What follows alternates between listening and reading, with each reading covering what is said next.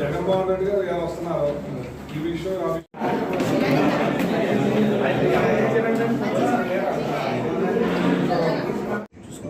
రాత్రి పొద్దుపోయిన తర్వాత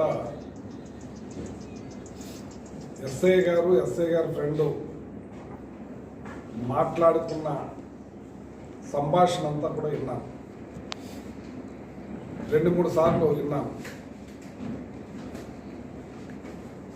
చాలా బాధ అనిపించింది. అతని ఆవేదన అంతా ఇంత కాదు, చాలా ఆవేదన పడ్డాడు. ఆ మనిషి అలా చేసుకోవటానికి సిద్ధమయ్యాడంటే ఎంత హృదయం నలిగి ఉంటుందో, ఎంత బాధపడి ఉంటాడో. చిన్న పిల్లలు, భార్య, వాళ్ళందరినీ కూడా వదిలి అతను ఆ రకంగా చేసుకోవటానికి కారణానికి ఇదయ్యారంటే హృదయ వికారమైన బాధ కలిగింది. తట్టుకోలేకపోయింది. చాలా బాధ అనిపించింది. అతను పోలీసు ఉద్యోగం అంటే చాలా ఇంట్రెస్ట్ తెలుసుకున్నాను. బీటెక్ చేశారు, వాళ్ళ భార్య కూడా బీటెక్ చేసింది. సాఫ్ట్వేర్ ఇంజనీర్కి వెళ్ళవలసింది వెళ్ళకుండా ఆయన ఎస్ఐగా బాధ్యతలు తీసుకుని ఎస్ఐగా పనిచేయాలి, సర్వీస్ చేయాలనే తపనతో ఉండే వ్యక్తిలాగా అనిపించాడు. అతను ఒక బీసీ కుటుంబంలో పుట్టి పోలీసు అవ్వాలని ఎన్నుకున్న విధానం, ఆయన తీసుకున్న ఇప్పుడు నిర్ణయం చూస్తుంటే విధానంగా ఉంది. చాలా బాధ అనిపించింది. తట్టుకోలేకపోయింది. అయితే దీని అంతటికీ కారణం, మూలం ఒక గేదెలు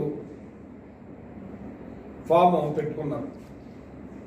బల్లిపాడి నుంచి ఒక ఏల్పూరికి సంబంధించిన వ్యక్తి ఏల్పూరికి సంబంధించిన ఫామ్లో వాళ్ళ ఫామ్ లీజుకు తీసుకుని అక్కడ ఫామ్ పెట్టుకున్నారు. ఆ ఫామ్ని ఖాళీ చేయమన్నప్పుడు నేను వేరే చూసుకుని ఖాళీ చేస్తానని చెప్పటం, ఈ లోపల ఆ ఫామ్కి సంబంధించిన వ్యక్తి ఆ గేదెలను తీసుకెళ్ళి ఆ బఫెల్లో వదకి అమ్మేయటం, అది రికవరీ కాకపోవటం వల్ల ఈ సమస్య అంతా కూడా ఉత్పన్నమైంది. ఆ గేదెలు దొరుకుంటే అసలు ఈ గొడవే ఉండేది కాదు. అతను డ్యూటీ చేసుకునేవాడు, అతను మంచి జరిగేది. కానీ ఆ గేదెలు ముసుగులో సెటిల్మెంట్లు జరిగి ఇప్పుడున్న ఎమ్మెల్యే గారు తాలూకా వాళ్ళు సెటిల్మెంట్లు చేసుకుని ఆ సెటిల్మెంట్ అమౌంట్ కూడా తీసుకుని ఒక వైరల్ అయింది. ఆ వీడియో చూడండి. ఆ వీడియోలో ఆ అమౌంట్ని తీసుకురావటం, ఇవ్వటం, మరి గేదెలు రెండింటికి అంత అమౌంట్ కాదు కాబట్టి ఇంకొక అమౌంట్ కూడా ఏలుపూరికి ఏదో ఇవ్వాల్సిన అమౌంట్ కూడా ఈ సెటిల్మెంట్ అవ్వటం,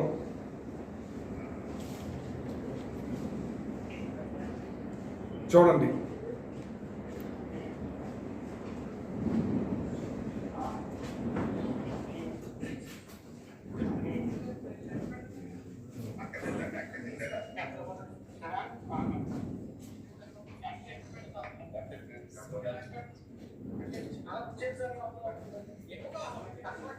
ఇక్కడ ఉన్న వ్యక్తులు ఎవరు? ఒక అతను అంజిబాబు, ఇంకొక అతను ఎవరు డిపార్ట్మెంట్కి సంబంధించి ఎవరు? సంగీత. ఎవరైనా సంగీత అంటే ఏఎస్ఐ. ఇప్పుడు ఈ ఆఫీస్ ఎవరిది? ఎక్కడ ఆఫీస్ ఇది? Rural CA office. ఇక్కడ ఎస్ఐ కనపడ్డారా? ఎస్ఐ లేడు. మరి సస్పెండ్ అయింది ఎవరు? ఎస్ఐ అంజిబాబు. అక్కడ ఉన్న ఇంకొక అతను ఉన్నాడు, డబ్బులు లెక్కట్టమన్న అతను, నడిపిస్తున్న వ్యక్తి, సిఏ ఆఫీస్కి సంబంధించిన రైటరేనా? మరి అతను సస్పెండ్ కాలే. చాలా ఇందులో చాలా మిస్టరీ ఉంది, రాజకీయ కోణం కూడా ఉంది. ఇలాంటి గతంలో ఎప్పుడూ కూడా ఎన్నడూ కూడా జరగలేదు. ఎవరు వాళ్ళ స్టేషన్ నడిపించుకునే పద్ధతిలో ఉండేది. ఎవరన్నా గొడవ వస్తే ఏదైనా సరి చేసి పంపించమంటాం. తర్వాత ఆ ఎస్ఐ సంభాషణ హృదయ బాధం, హృదయ విదాకారం, అదొకసారి మీరు వినాలి. ఇది చాలా ఇది చిన్నగా తీసుకోకూడదు. ఇది అన్నీ కూడా తణుకులోనే జరుగుతున్నాయి. ఇట్లన్నిటికీ కారణం ఆ లేహం. ఇక్కడ ఎమ్మెల్యే అసమర్థత, ఇక్కడ ఎమ్మెల్యే అసమర్థుడు, అన్నిట్లోనూ కూడా ఇన్వాల్వ్ అయిపోతున్నాడు. ప్రతిదీ డబ్బు డబ్బు డబ్బు. ఇంకా ఏం పట్టనట్టుగా ఉంది. నియోజకవర్గాన్ని గాలికి వదిలేశారు ఆయన. ఇక్కడ ఉన్నాడో లేదో తెలీదు. ఏ ఊరు వెళ్ళడు, ఏ ఊరు కూడా కలవడం, ఏ ఊరు తిరగడం. పూర్తిగా ఈరోజు చూడండి. ఇది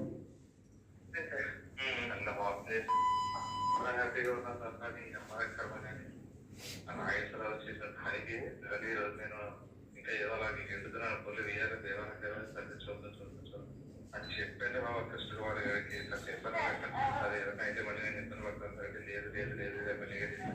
ఎమ్మెల్యే గారు చెప్పాడంట.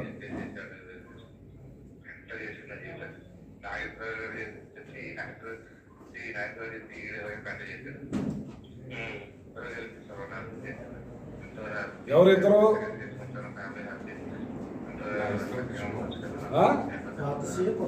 పాత సీఏ కొత్త సీఏ మధ్యలో ఏమన్నాడు?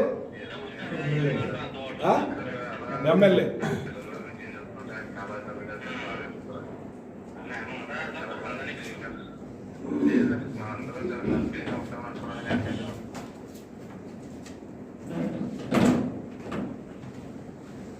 చూసారు కదా?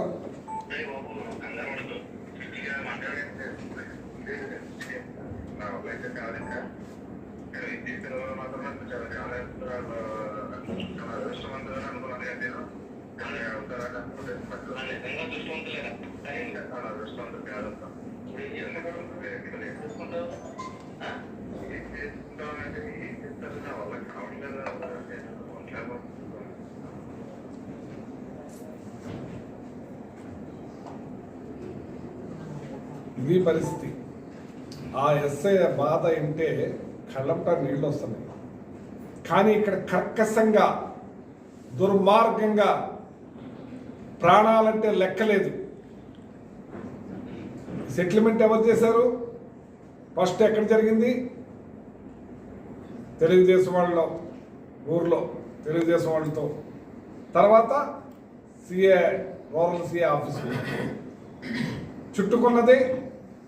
ఇతను చేసుంటే ఆ పశ్చాత్తాప పడడం, అంత పని చేసుకునే పరిస్థితి ఉండదు.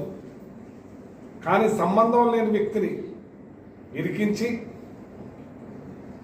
ఇతను కనీసం ఎక్కడోసారి పోస్టింగ్ ఏదో ఈస్ట్ గోదావరి కోరుకున్నా అంటే ఈస్ట్ గోదావరి ఇచ్చేసి ఉంటే ఆ ప్రాణం నిలబడేది.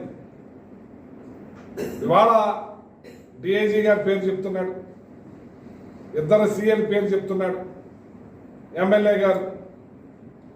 దీన్ని మరి డిఐజీ గారు మరి ఎంతోమందికి ఇంకా పోస్టింగ్లు ఇవ్వలేదు.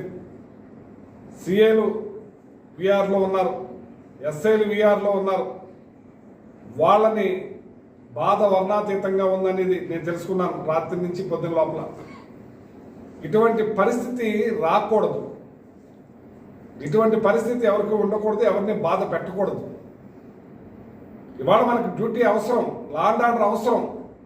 వీళ్ళందరినీ విఆర్లో పెట్టి ఈ ప్రజలను ఏం చేద్దామని అంచేత డిఐజీ గారు మీద చెప్తున్నాడు అతను, అలాగే ఇద్దరు సీఎల్ పేరు మీద చెప్తున్నాడు, ఎమ్మెల్యే గారు చెప్తున్నారని చెప్తున్నాడు. అంచేత దీన్ని పూర్తిగా మరి అతనికి న్యాయం జరగాలంటే ఆ కుటుంబానికి న్యాయం జరగాలంటే ఆ పిల్లలను చూస్తుంటే బాధగా ఉంది.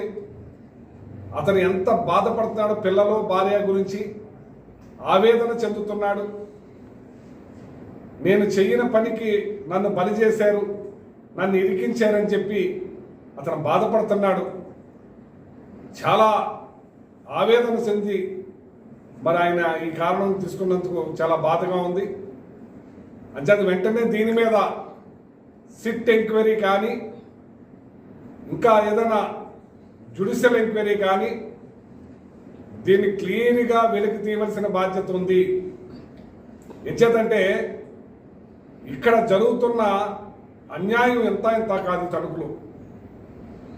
అదే కనుక ఆ గేదెలు ఏదైతే రికవరీ అయిపోతే ఇతను చనిపోయే అవకాశం ఉండేది కాదు. ఆ గేదెలు రికవరీ అవ్వలేదు కాబట్టి ఈ ఎస్ఐ చనిపోవటానికి కారణమైంది. ఆ గేదెలు రికవరీ అయి ఉంటే అమౌంట్ గొడవ వచ్చేది కాదు. అమౌంట్ గొడవ వచ్చిన వల్లనే దీన్ని రకరకాలుగా మరి ఎవరెవరికి చేరినాయో ఎవరెవరికి వెళ్ళినాయో. తర్వాత ఇతను కూడా కొంతమందికి డబ్బులు ఇచ్చుకున్నాను అంటున్నాడు. వేరే వాళ్ళ ద్వారా నేను తెలుసుకుంటే నాకు తెలియదు సుమా. ఎవరికి డబ్బులు ఇచ్చుకున్నాడో పోస్టింగ్ కోసం తెలియదు. ఇవన్నీ కూడా ఈ లేహ్యం ఫుడ్ కూడా దీనికి కారణం.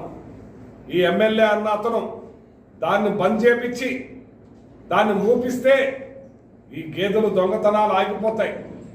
ఈ గేదెలు దొంగతనం వల్ల ఇంకెన్ని మంది అధికారులు ప్రాణాలు పోతాయని నాకు భయంగా ఉంది.